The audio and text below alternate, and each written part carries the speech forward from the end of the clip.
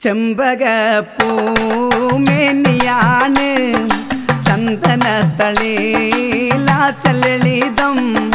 ചന്ദ്രോദയത്തിൻ്റെ കാന്തിയാണ് അവൾ ചാരുറ്റ താരുണ്യ രാഗമാണ് ചെമ്പകപ്പൂമേനിയാണ്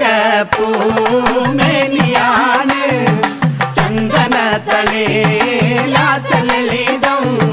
ചന്ദ്രോദയത്തിൻ്റെ കാന്തിയാണ് അവൾ ചാരുറ്റ താരുണ്യ രാഗമാണ് ചെമ്പകപ്പൂ